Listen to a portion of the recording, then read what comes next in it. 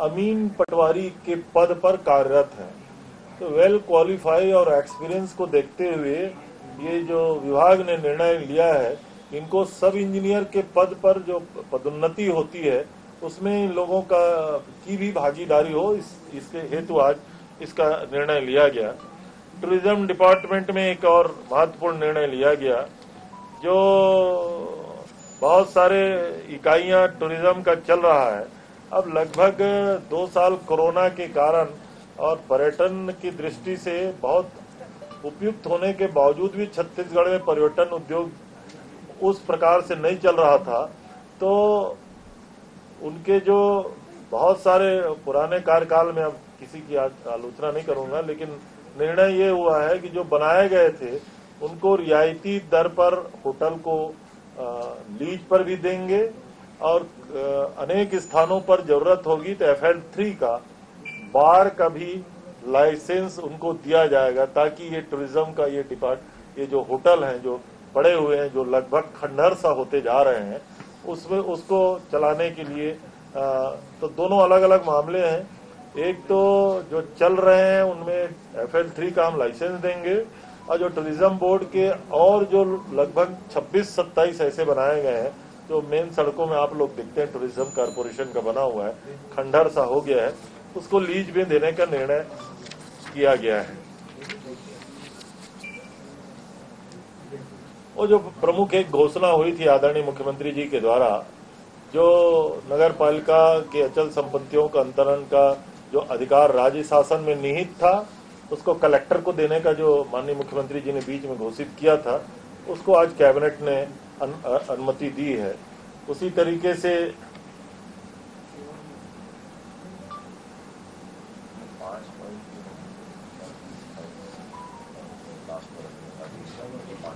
Forest area में, tribal area में विशेष रूप से आदिवासियों की स्वयं की भूमि पर वृक्ष कटाई की प्रक्रिया को सरलीकृत करने के संदर्भ में एक विधेयक आया है। पहले क्या था, कलेक्टर, SDO अनुमति, फिर पैसा उनके उसमें खाते में जमा होना, इसको सरलीकृत किया गया है। आज उसकी भी एक अनुमति आज इसमें जारी किया गया है।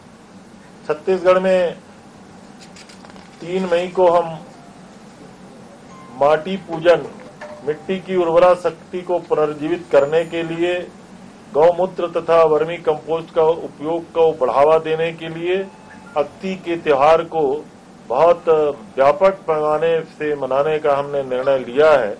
और इस दिन माननीय मुख्यमंत्री जी के हाथों माटी पूजन महाअभियान का हम शुरुआत करेंगे, और ये पूरा कार्यक्रम हमारी जो पुरानी परंपरा है उसके अनुसार ही पारंपरिक रूप से मनाया जाएगा।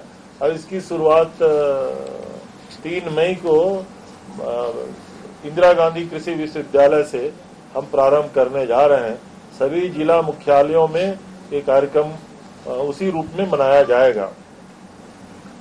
एक प्रस्ताव था दुर्ग भिलाई के औद्योगिक क्षेत्र के सिटी बस प्रारंभ करने के संदर्भ में।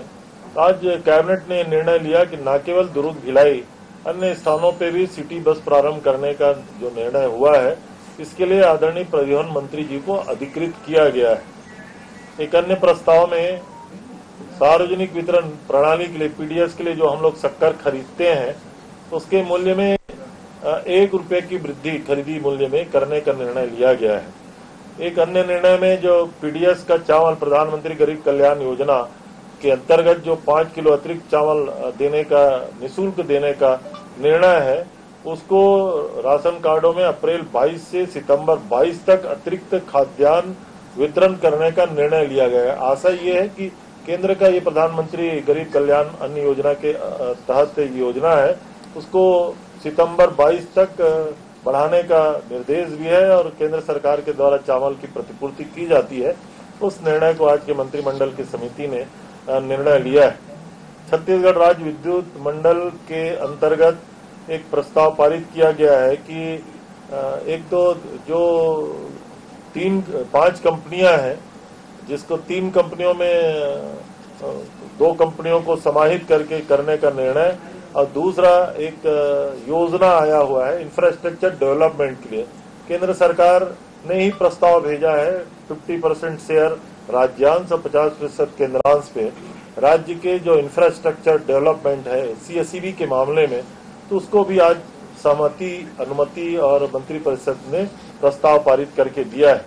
और एक अंतिम प्रस्ताव में जो छत्तीसगढ़ में मंत्रिमंडल की उप समिति बनी है, प्रदेश के विभिन्न निगम, मंडल, कंपनी, बोर्ड या शासकीय जो जमीन है और उस पर निर्मित जर्जर जो शासकीय मकान है उसको व्यवस्थित करने के संदर्भ में प्रस्ताव करने के लिए, अनुमति देने के लिए मंत्रिमंडल की उप समिति माननीय ताम्रध्वज जी साहू की अध्यक्षता में जो बनी हुई है, उन्होंने जो रीडेवलपमेंट का प्लान तैयार किया है, कार्य योजना पूरी बनाई है, उस कार्य योजना को आज के मंत्रिमंडल ने सहमति प्रदान की। Thank you. पॉइंट कुछ ज्यादा हो गया, अब क्या करोगे, जितना है उतना मेरे को बताना पड़ा है, सब महत्वपूर्ण है, लेकिन अब एक एक में थोड़ा डिटेल अब अलग अलग एक दिन में अलग अलग बताएंगे। फिर विद्युत CSEB वाले में क्या है? CSEB वाले में 5 कंपनियां हैं अभी, holding company, trading company, marketing company, production, 5 कंपनियां है ना। 2 कंपनियां थोड़ी सी घाटे में है, तो अब वो आप विभागीय उससे ले लेना, अभी मिल जाएगा जनसंपर्क से। तो उसको 3 कंपनी करने के बारे में जो घोषणा हुई थी, उसके संदर्भ में आज मंत्रिपरिषद ने औपचारिक सहमति दी है। छत्तीसगढ़ सिविल सेवा नियम 1965 में संशोधन का प्रस्ताव है। उसमें थोड़ा सा है, क्या है कि सिविल सेवा में जो 1 और 2, क्लास 1 और क्लास 2 के को संपत्ति जो क्रय करते हैं अपने, तो उनको 2 माह के वेतन के से अधिक संपत्ति क्रय करने पर परमिशन की जरूरत होती है, और 3 और 4 में ये उससे 1 माह के वेतन, तो उनको जो नुकसान होता था, इसको सिमिलर किया गया, उनको भी 2 माह के वेतन से अधिक का अगर प्रॉपर्टी क्रय करें तो उसको अनुमति उस तरीके से लेना पड़ेगा करके। जल संसाधन नीति क्या है? अब जल संसाधन नीति मूलतः क्या है कि जल के सदुपयोग के बारे में केंद्र सरकार चाहती है, और वाटर कंजर्वेशन के बारे में 2 कदम आगे बढ़ना चाहती है, और अंडरग्राउंड वाटर के उपयोग पे भी नीति बनाने के संदर्भ में केंद्र सरकार चाहती है उसको भी थोड़ा नियंत्रित किया जाए। तो हम लोगों ने उस नीति को कुछ लागू तो किया है, मूल रूप से केंद्र सरकार की नीति का अनुसरण करते हुए, लेकिन किसानों को उससे परे किया है। किसान जो ट्यूबवेल से अंडरग्राउंड वाटर को जो दोहन करते हैं, हमारे यहाँ इंडस्ट्रियल यूज का जो अंडरग्राउंड वाटर का यूज होता है, उसमें थोड़ा केंद्र के अनुरूप नियंत्रित करके किस तरीके से नीति बना करके हम काम करेंगे, उसको उल्लेख किया गया है। जितनी चर्चा हुई उसको मैं बता दिया, और जो चर्चा नहीं हुई उसको मैं कैसे बताऊंगा। सर, सिटी बस पूरे शहरों में चलेगी। अभी आया था प्रस्ताव इंडस्ट्रियल और भिलाई दुर्ग के मामले में, लेकिन कैबिनेट ने ये निर्णय लिया कि जहां जहां आवश्यकता है ये सारे अधिकार माननीय परिवहन मंत्री जी को देते हैं, अधिकृत करते हैं, वो उस तरीके से प्रस्ताव करके उसको निर्देश जारी करेंगे। तो जल्द बड़े शहरों को सौगात मिल जाए, सिटी बस चालू के लाभ। मेरा इशारा समझ सकते हैं। एसी वाला रहेगा तो अच्छा रहेगा। अभी तेरे प्रस्ताव को मैं भेज देता हूँ। सभी एसी वाला रहेगा, ये प्रस्ताव भेज दिया जाए। इतने राजनीतिक मामले हैं। यस, वो संख्या बताया ना। नो, टोटल पेंडिंग है, वो मैं कैसे बता पाऊंगा। जो जिसको विड्रॉ करने की अनुमति दी गई वो प्रस्ताव आया, उसकी संख्या मैं आपको बताया, मैं उसका क्रम भी बता देता, लेकिन वो डिटेल है। एक एक विड्रॉ राजनीतिक मामले कैसे होते हैं। रविंद्र चौबे एंड अन्य धरना देने गए, अमान्य 50 नाम है, 75 नाम है। वाला क्या है, शराब पिलाने वाली जगह कौन सा? जो बार पे जो है होटल में जो रहेंगे होटल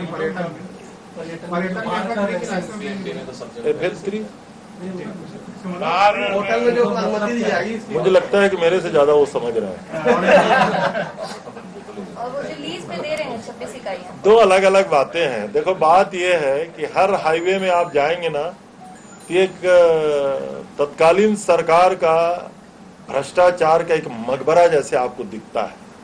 पर्यटन विभाग ने हर सड़क पे होटल वो क्या टाइप बना के छोड़ा हुआ है, अधिकांश खंडहर हो चुके हैं।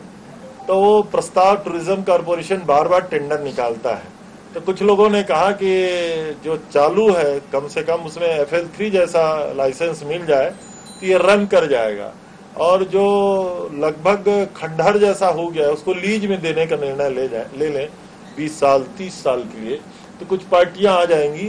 ऐसा है लोगों का प्रस्ताव है, इसलिए टूरिज्म कारपोरेशन का इस प्रस्ताव को आज मंत्रिमंडल ने सहमति दी है।